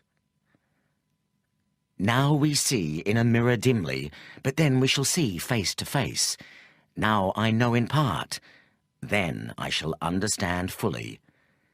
1 Corinthians 13:12. It is difficult to gauge the extent to which the 80-20 principle is already known in business. This is almost certainly the first book on the subject. Yet, in my research, I was easily able to find several hundred articles referring to the use of 80-20 in all kinds of businesses all over the world. Many successful firms and individuals swear by the use of the 80-20 principle, and most holders of MBAs have heard of it. Yet, considering that the 80-20 principle has affected the lives of hundreds of millions of people, even though they may be unaware of it, it remains strangely uncelebrated. It is time to put this right. The first 80-20 wave. The Quality Revolution. The quality revolution that took place between 1950 and 1990 transformed the quality and value of branded consumer goods and other manufactures. The quality movement has been a crusade to obtain consistently higher quality at lower cost by the application of statistical and behavioral techniques. The objective, now almost reached with many products, is to obtain a zero rate of product defects. It is possible to argue that the quality movement has been the most significant driver of higher living standards throughout the world since 1950. The movement has an intriguing history. Its 2 great messiahs, Joseph Juran, born 1904, and W. Edwards Deming, born 1900, were both Americans, although Juran was born in Romania. Respectively an electrical engineer and a statistician, they developed their ideas in parallel after the Second World War, but found it impossible to interest any major US corporation in the quest for extraordinary quality. Juran published the first edition of his Quality Control Handbook, the Bible of the quality movement, in 1951, but it received a very flat reception. The only serious interest came from Japan, and both Juran and Deming moved there in the early 1950s. Their pioneering work took an economy known at the time for shoddy imitations and transformed it into a powerhouse of high quality and productivity.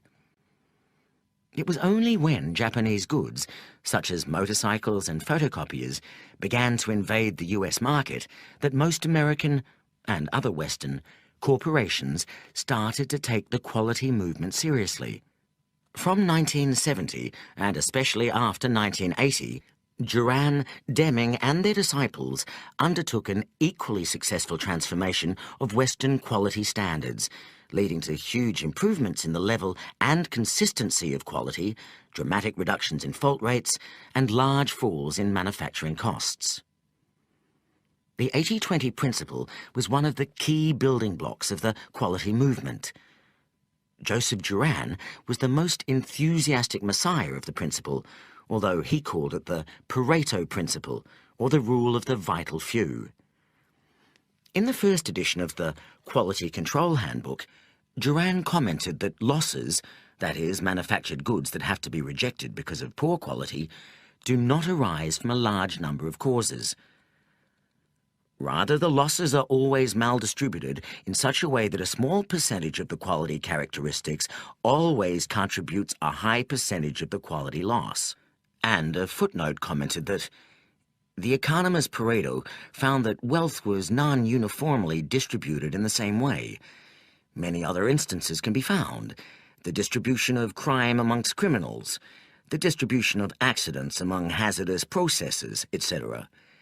Pareto's principle of unequal distribution applied to distribution of wealth and to distribution of quality losses. Duran applied the 80-20 principle to statistical quality control.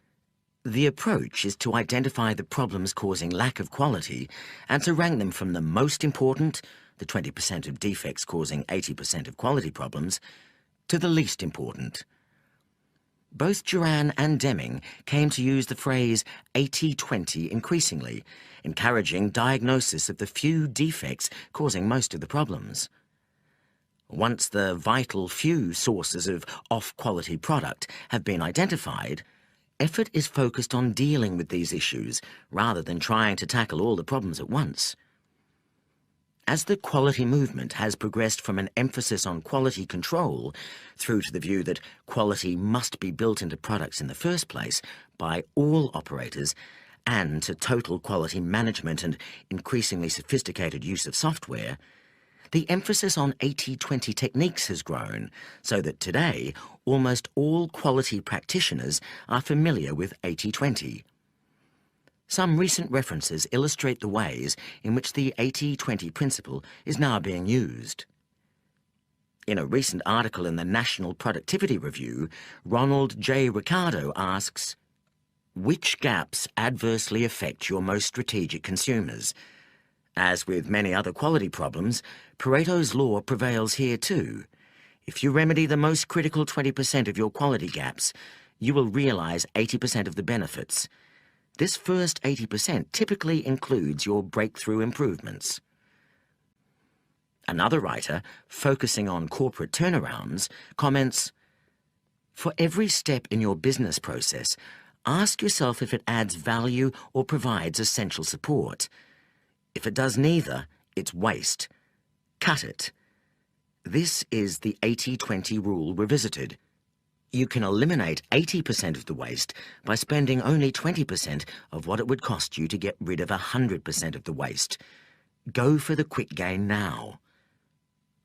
The 80-20 principle was also used by Ford Electronics Manufacturing Corporation in a quality program that won the Shingo Prize.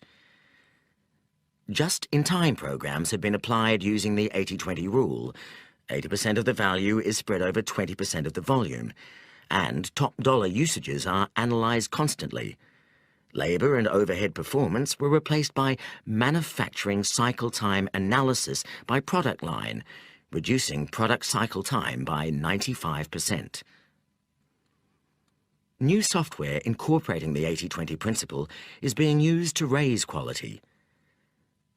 With the ABC Data Analyzer, the data is entered or imported into the spreadsheet area, where you highlight it and click on your choice of 6 graph types: histograms, control charts, run charts, scatter diagrams, pie charts, and Pareto charts. The Pareto chart incorporates the 80-20 rule, which might show, for instance, that out of 1,000 customer complaints, roughly 800 can be eliminated by correcting only 20% of the causes. The 80-20 principle is also increasingly being applied to product design and development. For example, a review of the use that the Pentagon has made of total quality management explains that decisions made early in the development process fix the majority of life cycle costs. The 80-20 rule describes this outcome, since 80% of the life cycle costs are usually locked in after only 20% of the development time. The impact of the quality revolution on customer satisfaction and value, and on the competitive positions of individual firms and indeed of whole nations, has been little noted but is truly massive. The 80-20 principle was clearly one of the vital few inputs to the quality revolution. But the underground influence of the 80-20 principle did not stop there. It also played a key role in a second revolution that combined with the first to create today's global consumer society. The second 80-20 wave, the information revolution. The information revolution that began in the 1960s has already transformed work habits and the efficiency of large tracts of business. It is just beginning to do more than this, to help change the nature of the organizations that are today's dominant force in society. The 80-20 principle was, is, and will be a key accessory of the information revolution, helping to direct its force intelligently. Perhaps because they were close to the quality movement, the computing and software professionals behind the information revolution were generally familiar with the 80-20 principle and used it extensively. To judge by the number of computing and software articles that refer to the 80-20 principle, most hardware and software developers understand and use it in their daily work. The information revolution has been most effective when using the 80-20 principle's concepts of selectivity and simplicity. As two separate project directors testify, think small, don't plan to the nth degree on the first day. The return on investment usually follows the 80-20 rule. 80% of the benefits will be found in the simplest 20% of the system, and the final 20% of the benefits will come from the most complex 80% of the system. Apple used the 80-20 principle in developing the Apple Newton Message Pad, an electronic personal organizer. The Newton engineers took advantage of a slightly modified version of 80-20. They found that 0.01% of a person's vocabulary was sufficient to do 50% of the things you want to do with a small handheld computer.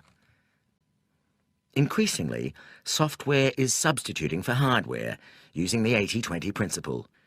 An example is the RISC software invented in 1994. RISC is based on a variation of the 80-20 rule. This rule assumes that most software spends 80% of its time executing only 20% of the available instructions.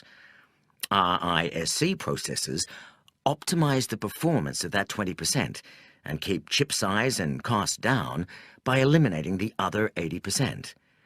RISC does in software what CISC, the previously dominant system, does in silicon. Those who apply software know that, even though it is incredibly efficient, usage follows 80-20 patterns. As one developer states, "The business world has long abided by the 80-20 rule. It's especially true for software, where 80% of a product's uses take advantage of only 20% of its capabilities. That means that most of us pay for what we don't want or need."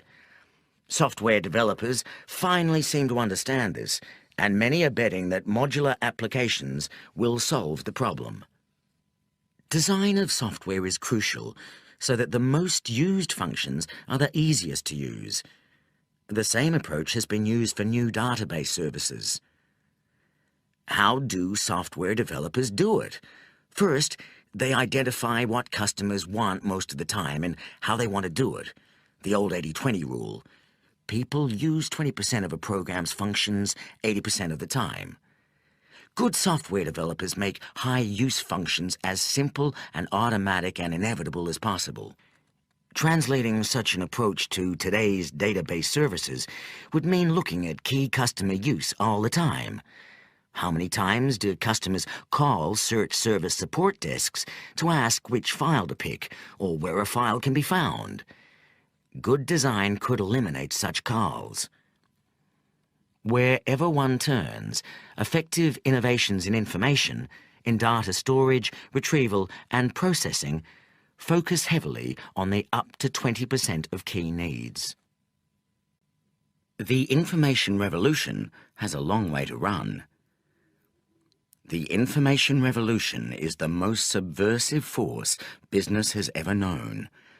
Already the phenomenon of information power to the people has given knowledge and authority to frontline workers and technicians, destroying the power and often the jobs of middle management who were previously protected by proprietary knowledge. The information revolution has also decentralized corporations physically.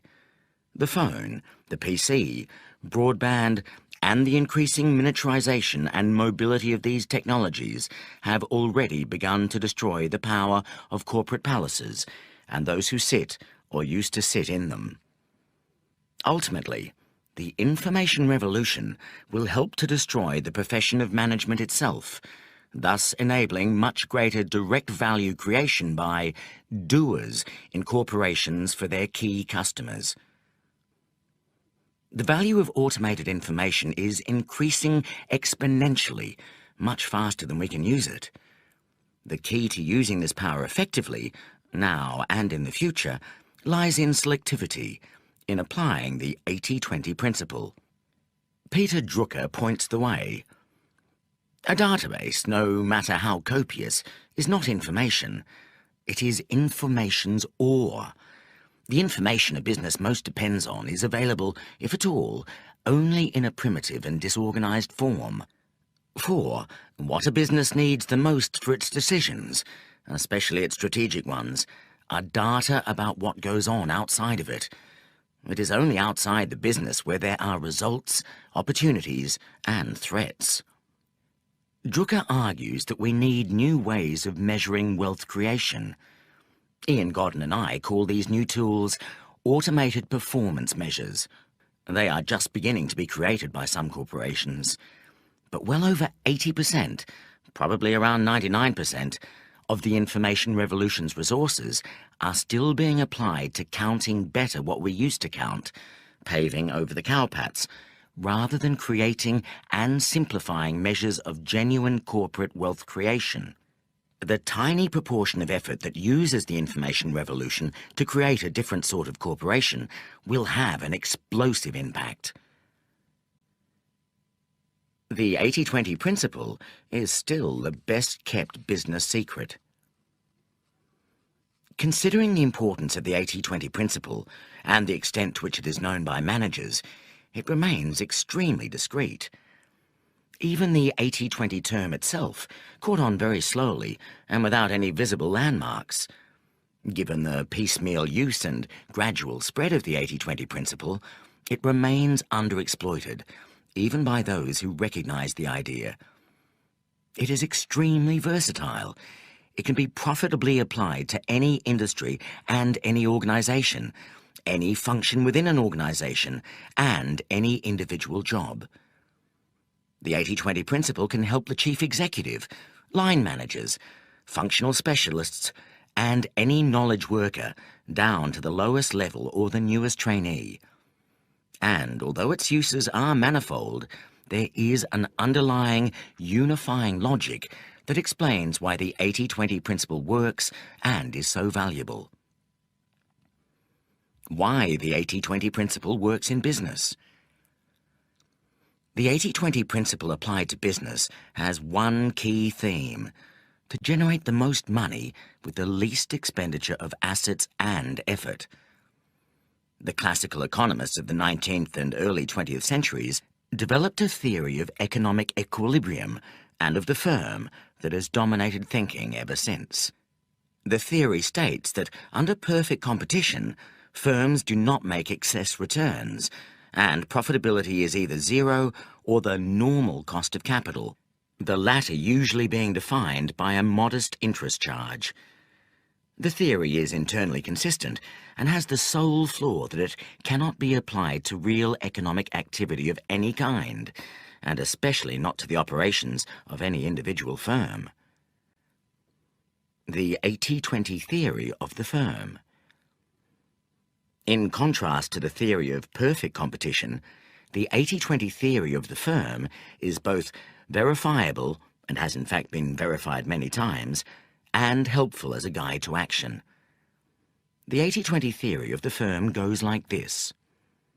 In any market, some suppliers will be much better than others at satisfying customer needs.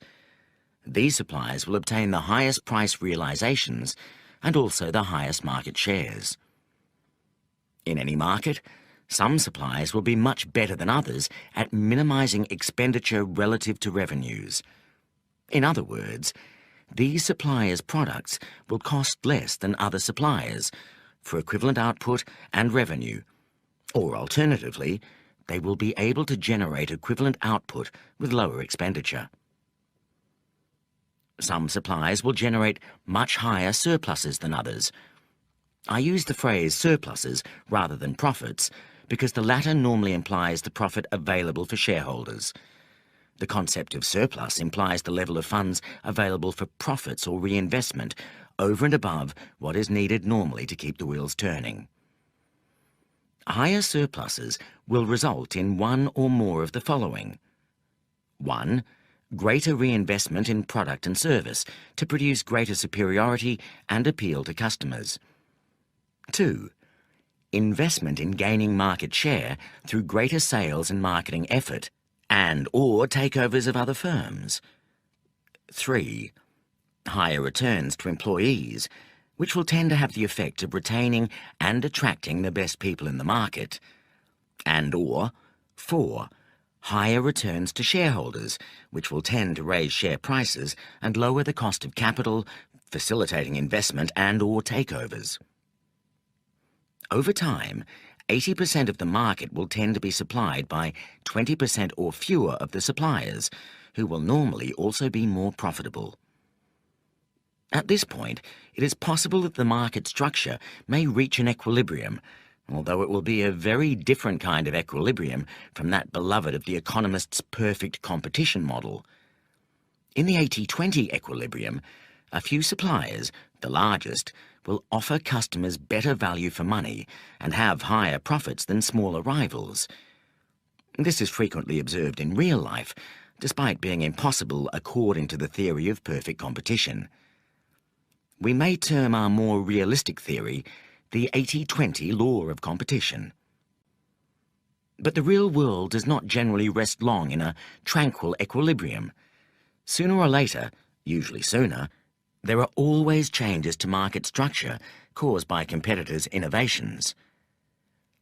Both existing suppliers and new suppliers will seek to innovate and obtain a high share of a small but defensible part of each market, a market segment. Segmentation of this kind is possible by providing a more specialized product or service ideally suited to particular types of customer. Over time, markets will tend to comprise more market segments. Within each of these segments, the 80-20 law of competition will operate. The leaders in each specialist segment may either be firms operating largely or exclusively in that segment or industry generalists, but their success will be dependent, in each segment, on obtaining the greatest revenue with the lowest expenditure of effort. In each segment, some firms will be much better than others at doing this, and will tend to accumulate segment market share as a result. Any large firm will operate in a large number of segments, that is, in a large number of customer-product combinations, where a different formula is required to maximize revenue relative to effort, and/or where different competitors are met. In some of these segments, the individual large firm will generate large surpluses, and in other segments, much lower surpluses, or even deficits. It will tend to be true, therefore, that 80% of surpluses or profits are generated by 20% of segments, and by 20% of customers, and by 20% of products.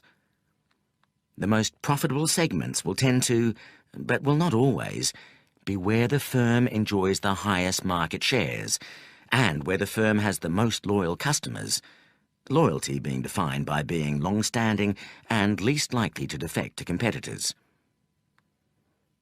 Within any firm, as with all entities dependent on nature and human endeavour, there is likely to be an inequality between inputs and outputs, an imbalance between effort and reward.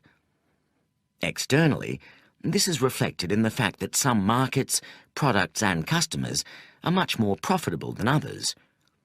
Internally, the same principle is reflected by the fact that some resources, be they people, factories, machines or permutations of these, will produce very much more value relative to their cost than will other resources. If we were able to measure it, as we can with some jobs such as those of salespeople, we would find that some people generate a very large surplus, Their attributable share of revenue is very much greater than their full cost, whereas many people generate a small surplus or a deficit. Firms that generate the largest surpluses also tend to have the highest average surplus per employee. But in all firms, the true surplus generated by each employee tends to be very unequal. 80% of the surplus is usually generated by 20% of employees. At the lowest level of aggregation of resources within the firm, for example, an individual employee, 80% of the value created is likely to be generated in a small part, approximately 20%, of the time when, through a combination of circumstances, including personal characteristics and the exact nature of the task, the employee is operating at several times his or her normal level of effectiveness. The principles of unequal effort and return therefore operate at all levels of business: markets, market segments, products, customers, departments, and employees. It is this lack of balance, rather than a notional equilibrium, that characterizes all economic activity. Apparently small differences create large consequences. A product has only to be 10% better value than that of a competing product to generate a sales difference of 50% and a profit difference of 100%. 3 action implications. One implication of the 80-20 theory of firms is that successful firms operate in markets where it is possible for that firm to generate the highest revenues with the least effort. This will be true both absolutely, that is, relative to monetary profits, and relatively, that is, in relation to competition. A firm cannot be judged successful unless it has a high absolute surplus, in traditional terms, a high return on investment, and also a higher surplus than its competitors, higher margins. A second practical implication for all firms is that it is always possible to raise the economic surplus, usually by a large degree, by focusing only on those market and customer segments where the largest surpluses are currently being generated. This will always imply redeployment of resources into the most surplus-generating segments, and will normally also imply a reduction in the total level of resource and expenditure. In plain words, fewer employees and other costs. Firms rarely reach the highest level of surplus that they could attain, or anywhere near it, both because managers are often not aware of the potential for surplus, and because they often prefer to run large firms rather than exceptionally profitable ones. A third corollary is that it is possible for every corporation to raise the level of surplus by reducing the inequality of output and reward within the firm. This can be done by identifying the parts of the firm, people, factories, sales offices, overhead units, countries, that generate the highest surpluses, and reinforcing these, giving them more power and resources, and, conversely, identifying the resources generating low or negative surpluses, facilitating dramatic improvements and, if these are not forthcoming, stopping the expenditure on these resources. These principles constitute a useful 80-20 theory of the firm, but they must not be interpreted too rigidly or deterministically. The principles work because they are a reflection of relationships in nature, which are an intricate mixture of order and disorder, of regularity and irregularity. Look for irregular insights from the 80-20 principle. It is important to try to grasp the fluidity and force driving 80-20 relationships. Unless you appreciate this, you will interpret the 80-20 principle too rigidly and fail to exploit its full potential. The world is full of small causes that, when combined, can have momentous consequences. Think of a saucepan of milk that, when heated above a certain temperature, suddenly changes form, swelling up and bubbling over. One moment you have a nice, orderly pan of hot milk. The next moment you can either have a wonderful cappuccino or, If you are a second too late, a mess on top of your stove. Things take a little more time in business, but 1 year you can have an excellent and very profitable IBM dominating the computer industry, and before long, a combination of small causes resulting in a blinded monolith staggering to avoid destruction. Creative systems operate away from equilibrium. Cause and effect, input and output, operate in a non-linear way. You do not usually get back what you put in. You may sometimes get very much less and sometimes get very much more. Major alterations in a business system can flow from apparently insignificant causes. At any one time, people of equal intelligence, skill and dedication can produce quite unequal results as a result of small structural differences. Events cannot be predicted, although predictable patterns tend to recur. Identify lucky streaks. Control is therefore impossible, but it is possible to influence events and, perhaps even more important, it is possible to detect irregularities and benefit from them. The art of using the 80-20 principle is to identify which way the grain of reality is currently running and to exploit that as much as possible. Imagine you are in a crazy casino full of unbalanced roulette wheels. All numbers pay odds of 35 to 1, but individual numbers come up more or less frequently at different tables. At 1, number 5 comes up 1 time in 20. At another table, it only comes up 1 time in 50. If you back the right number at the right table, you can make a fortune. And if you stubbornly keep backing number 5 at a table where it comes up 1 time in 50, your money will all disappear, regardless of how high your starting bank. If you can identify where your firm is getting back more than it is putting in, you can up the stakes and make a killing. Similarly, if you can work out where your firm is getting back much less than it is investing, you can cut your losses. In this context, the where can be anything. It can be a product, a market, a customer or type of customer, a technology, a channel of distribution, a department or division, a country, a type of transaction, or an employee, type of employee, or team. The game is to spot the few places where you are making great surpluses and to maximize them, and to identify the places where you are losing and get out. We have been trained to think in terms of cause and effect, of regular relationships, of average levels of return, of perfect competition, and of predictable outcomes. This is not the real world. The real world comprises a massive influences where cause and effect are blurred, and where complex feedback loops distort inputs, where equilibrium is fleeting and often illusory, where there are patterns of repeated but irregular performance, where firms never compete head-to-head and prosper by differentiation, and where a few favoured souls are able to corner the market for high returns. Viewed in this light, large firms are incredibly complex and constantly changing coalitions of forces, some of which are going with the grain of nature and making a fortune, while others are going against the grain and stacking up huge losses. All this is obscured by our inability to disentangle reality and by the calming, averaging, and highly distorting effects of accounting systems. The 80-20 principle is rampant but largely unobserved.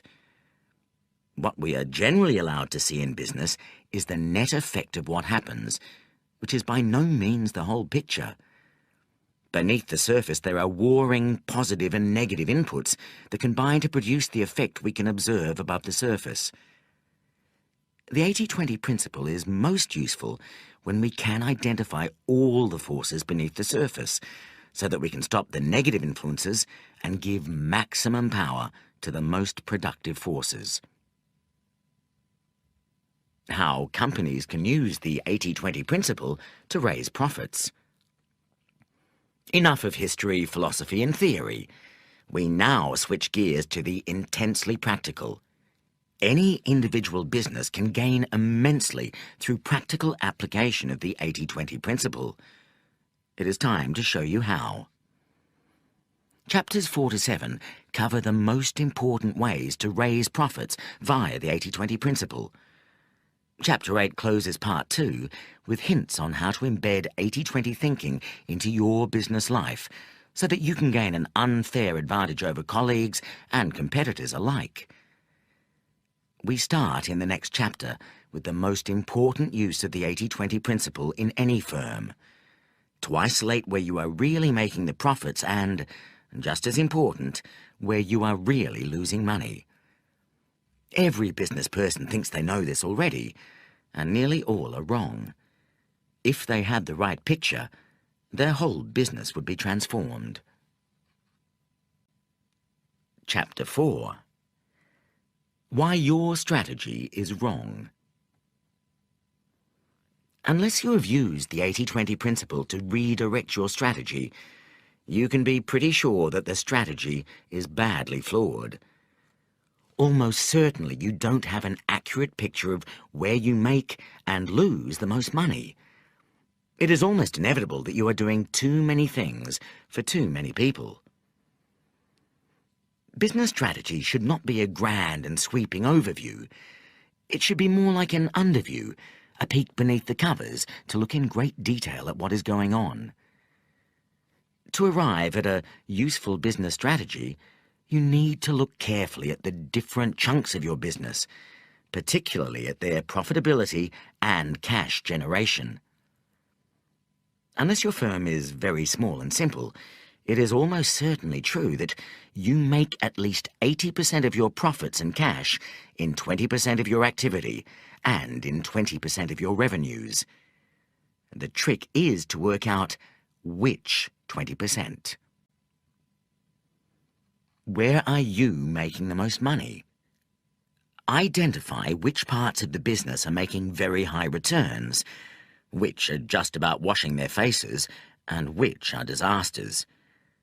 To do this, we will conduct an 80-20 analysis of profits by different categories of business. By product or product group type. By customer or customer group type.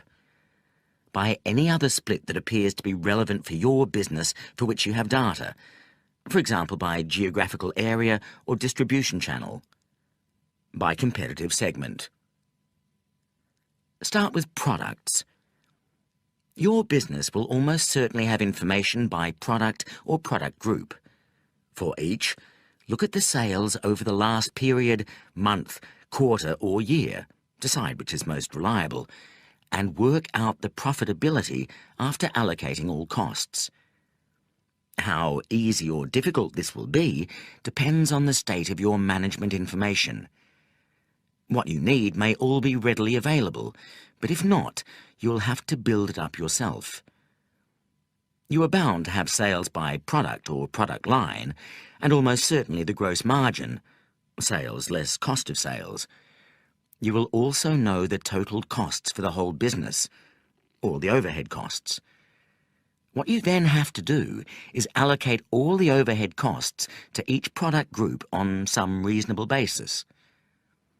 The crudest way is to allocate cost on a percentage of turnover. A moment's thought, however, should convince you that this will not be very accurate. Some products take a great deal of salespeople's time relative to their value, for example, and others take very little. Some are heavily advertised and others not at all. Some require a lot of fussing around in manufacturing, whereas others are straightforward. Take each category of overhead cost and allocate it to each product group. Do this for all the costs, then look at the results. Typically, some products, representing a minority of turnover, are very profitable. Most products are modestly or marginally profitable, and some are making really large losses once you allocate all the costs. I recently conducted a study of an electronic instrumentation group, which had 8 groups of products that I labelled from A to H. Comparing the sales, income, and return on sales for each group with the company total, I could see that product group A accounted for only 3% of sales, but for 10% of profits. Product groups A, B and C accounted for 20% of sales, but for 53% of profits. When I compiled an 80-20 table and an 80-20 chart, this was very clear. We have not yet found the 20% of sales that account for 80% of profits, but we are on our way. If not 80-20, then 67-30. 30% of product sales account for almost 60% of profits. Already you may be thinking about what can be done to raise the sales of product groups A, B and C. For example, you might want to reallocate all sales effort from the other 80% of business, telling salespeople to concentrate on doubling the sales of products A, B and C and not to worry about the rest. If they succeeded in doing this, sales would only go up by 20%, but profits would rise more than 50%. You might also already be thinking about cutting costs or raising prices in product groups D, E and F, or about radical retrenchment or total exit from product groups G and H. What about customer profitability? After products, go on to look at customers. Repeat the analysis, but look at total purchases by each customer or customer group. Some customers pay high prices, but have a high cost to serve. These are often smaller customers. The very big customers may be easy to deal with and take large volumes of the same product, but screw you down on price. Sometimes these differences balance out, but often they do not. For the electronic instrumentation group I studied, I broke the customers into 4 groups and labelled them types A to D. Type A customers are small, direct accounts paying very high prices and giving very fat gross margins. They are quite expensive to service, but the margins more than compensate for this. Type B customers are distributors who tend to place large orders and have very low costs to serve, yet for one reason or another find it acceptable to pay fairly high prices, mainly because the electronic components bought are a tiny fraction of their total product costs. Type C customers are export accounts paying high prices. The snag with them, however, is that they are very expensive to service. Type D customers are large manufacturers who bargain very hard on price and also demand a great deal of technical support and many specials. An 80-20 chart and table that compared each group's sales, income and return on sales with the company's total revealed a 59-15 rule and an 88-25 rule. The most profitable customer category accounted for 15% of revenues, but 59% of profits, and the most profitable 25% of customers yielded 88% of profits. This was partly because the most profitable customers tended to take the most profitable products, but also because they paid more in relation to their cost to service. The analysis led to a successful campaign to find more A and B customers, the small direct customers and the distributors. Even taking account of the cost of the campaign, the result was very profitable. Prices for C customers, the export accounts, were selectively raised and ways found to lower the cost of servicing some of them, particularly by greater use of telephone rather than face-to-face selling. The D customers, large manufacturers, were dealt with individually. 9 of these accounted for 97% of D sales. In some cases, technical development services were charged for separately. In others, prices were raised, and 3 accounts were tactically lost to the company's most hated competitor after a bidding war. The managers really wanted the competitor to enjoy these losses. 80-20 analysis applied to a consultancy firm. After products and customers, take any other split of business that appears especially relevant to your business.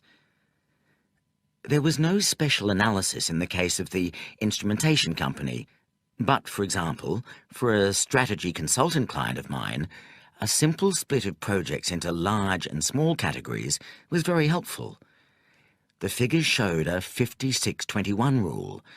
Large projects constituted only 21% of turnover, but gave 56% of profits.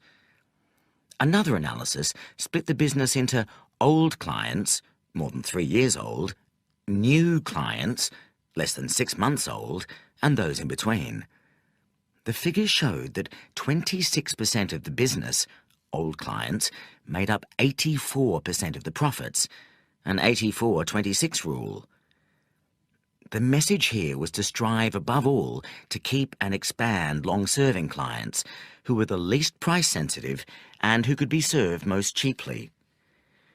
New clients who do not turn into long-serving clients were recognised as being loss-makers, leading to a much more selective approach to pitching for business.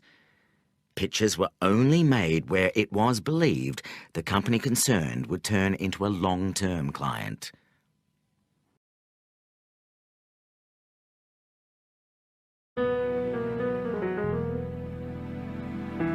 This is the end of CD 2. The book continues on CD 3.